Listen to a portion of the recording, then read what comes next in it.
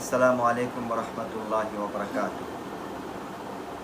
প্রিয় দর্শক, আজকে একটি হাদিস আপনাদের সামনে পেশ করব, যে হাদিসটা রাসূল করিম সাল্লাল্লাহু আলাইহি সাল্লাম থেকে রওয়ায়াত রয়েছে, মুসনাদে আহমদ এবং তাবরানীতেও রয়েছে।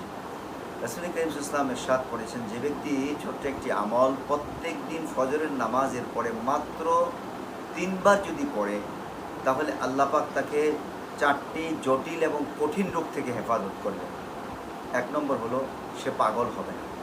অর্থাৎ ব্রেনের যত রকমের রোগ, টিউমার হওয়া, ব্রেনে শক্তি কমে যাওয়া, জেহান শক্তি কমে যাওয়া, বিভিন্ন রকম স্ট্রোক করা, যত রকমের মাথার সমস্যা আছে, এই সমস্ত রোগ থেকে আল্লাহ পাক হেফাজত করবেন। দ্বিতীয়টা হচ্ছে যে রব্বুল আলামিন তাকে তার চেহারাকে বদসুরত করে দেবেন না। তার চেহারা মধ্যে কোনো রকমের দাগ, চেহারাতে বরণের কারণে এবং বিভিন্ন রকমের গোটা হয়ে চেহারাটা নষ্ট হয়ে যায়, এমনটি হবে না এই আমলের মাধ্যমে। তৃতীয়টা হলো, তার চোখের জ্যোতি কমবে না, সে অন্ধ হবে না। তার যত রকমের চোখের সমস্যা আছে, এই সমস্ত সমস্যাগুলি হবে না। রব্বুল আলামিন তাকে হেফাজত করবেন এই ছোট্ট একটা আমলের কারণে।